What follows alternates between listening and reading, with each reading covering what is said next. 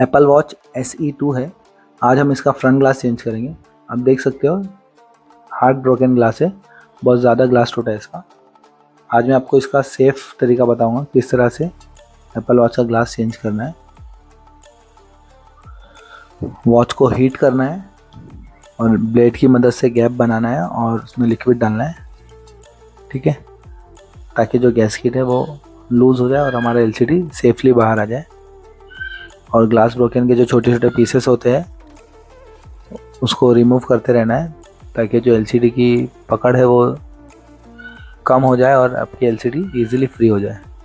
Watch heat होनी चाहिए और ब्लेड से LCD को ऊपर की तरफ पुश करते रहना है। एप्पल वॉच 1, 2, 3, 4, 5, 6 SE2 सारी वॉचेस के सेम मेथड है।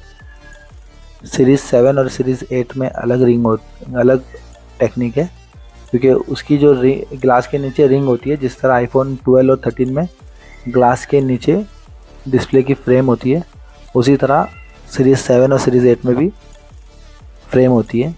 अगर आप सीरीज़ 7 और सीरीज़ 8 को इस तरह से निकालोगे तो आपकी LCD ख़राब होने के चांसेस है। उसमें आपको ब्लेड फ्रेम के नीचे डाल के उठाना है, ओके। और इसमें ग्लास के नीचे ब्लेड डाल के LCD को ऊपर की तरफ उठाना होता है, सीरीज़ 1 से लेके सीरीज़ 6 तक, ठीक है। आप देख सकते हो हमारी LCD इजीली लूज़ हो चुकी है। LCD के जो नीचे का हिस्सा होता है जहाँ पे स्ट्रिप होती है, वहाँ पे आपको संभाल के उठाना है, क्योंकि वो बहुत नाजुक पार्ट होता है। अगर वहाँ पे आप प्रेशर दोगे तो डिस्प्ले पे लाइन आने के चांसेस होते हैं। तो आपको नीचे का साइड जब आप फ्री करोगे वॉच का, तो आपको ख़ास तौर पे ध्यान देना है कि LCD पे प्रेशर ना आए और उसमें लाइन ना आए।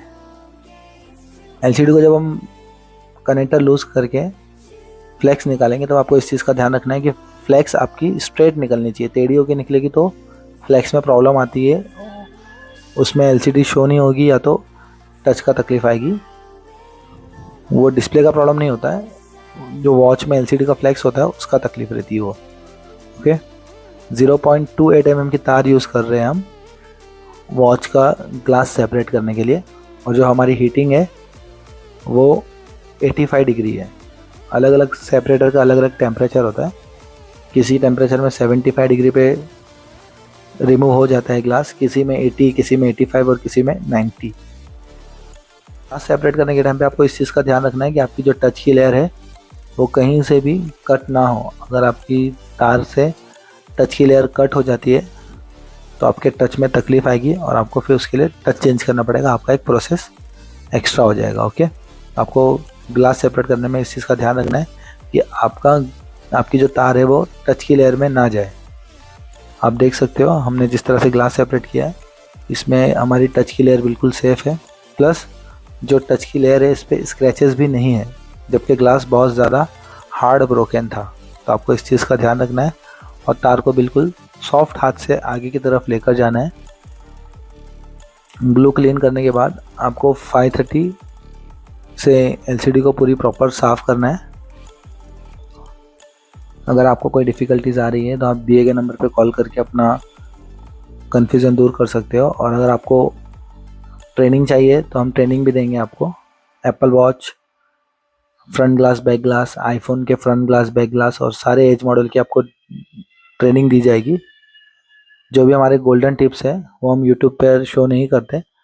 अगर आपको सारी इन्फॉर्मेशन चाहिए तो आप हमसे ट्रेनिंग ले सकते हो। जब हम ग्लास सेपरेट करेंगे तो आपको इस चीज़ का ध्यान रखना है कि जो ग्लास ब्रोकन के छोटे छोटे पीसेस है वो आपके LCD के पीछे ना रहे और ना ही आपके जो रेड मैट या ब्लैक मैट आप यूज़ करते हो उस पर ना हो।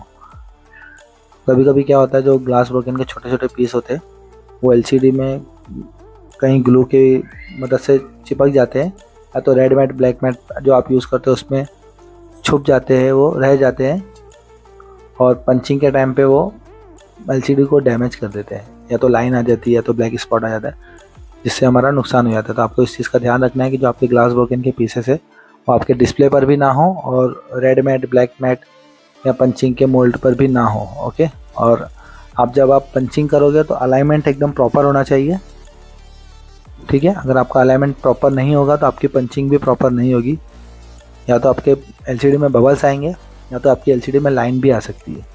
तो आपको अलाइनमेंट एकदम प्रॉपर रखना है, राइट और लेफ़्ट दोनों साइड से आपको प्रॉपर अलाइनमेंट करना है ताकि आपकी एलसीडी की जो पंचिंग है वो बिल्कुल प्रॉपर हो। ओके, अलग अलग मशीन की अलग अलग सेटिंग होती है। मेरे पास YMJ है, अगर आपके पास कोई और मशीन होगी तो भी इसमें एप्पल वॉच और सारे मॉडल की एलसीडी पंच हो जाती है। खाली आपको इस चीज़ का ध्यान रखना है कि जो पिस्टन है वो एप्पल वॉच को 5 सेकंड तक प्रेस करके रखे। ठीक है, आपको इस चीज़ का ध्यान रखना है कि आपकी एलसीडी कितने सेकंड तक प्रेस होती है तो पंचिंग प्रॉपर होती है।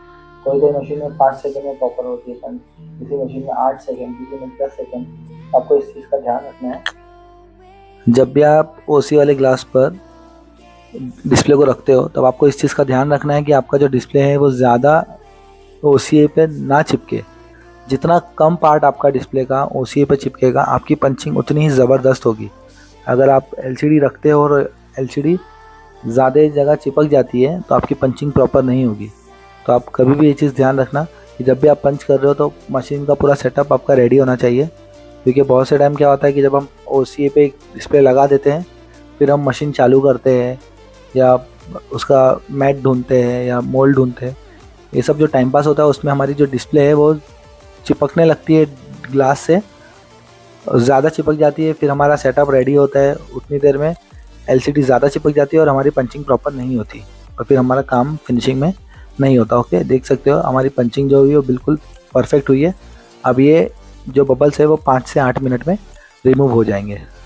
आप देख सकते हो ये 10 मिनट में हमने निकाले इसको, एकदम प्रॉपर फिनिशिंग में आपका काम हो गया है। कहीं भी बबल्स नहीं है, इवन स्क्रैचेस भी नहीं दिख रहे। अगर आपको पूरी डिटेल्स चाहिए तो आप दिए गए नंबर पर कॉल कीजिए, हमसे ट्रेनिंग लीजिए। हम आपको सारी गोल्डन टिप्स बताएंगे कि किस तरह से एप्पल वॉच के front glass, back glass, edge model के फ्रंट ग्लास, आईफोन के front glass, back glass change किए जाते हैं। बहुत ही आपको इजी और सेफ मेथड से काम सिखाया जाएगा। इसके अलावा green display, white display, fold, flip, flex problem, hinge problem, सारे प्रॉब्लम्स के सॉल्यूशन आपको दिए जाएंगे। मोस्टली लोगों से डिस्प्ले फिट करने के टाइम पे जो फ्लेक्स है ये बैंड हो जाती है, जिसकी वजह से बहुत सी प्रॉब्लम्स आती है, एलसीडी शो नहीं करती है या टच नॉट वर्किंग का प्रॉब्लम आ जाता है। ये एक्चुअली डिस्प्ले का प्रॉब्लम नहीं होता, ये एलसीडी की जो फ्लेक्स होती है ना उसका प्रॉब्लम आता है। तो आपको इस चीज़ का ध्यान रखना है कि जब भी आप वॉच के डिस्प्ले में स्ट्रिप लगाओगे तो आपकी स्ट्रिप बैंड नहीं होनी चाहिए। आपको इस चीज़ का खास ध्यान रखना है। आप देख सकते हो किस तरह से बेस्ट फिनिशिंग में काम हुआ है, ना इसमें बबल्स है ना ही तो स्क्रैच है। ठीक है, थैंक्स फॉर वॉचिंग। हमारे चैनल को सब्सक्राइब कीजिए और वीडियो को लाइक और शेयर ज़रूर कीजिए।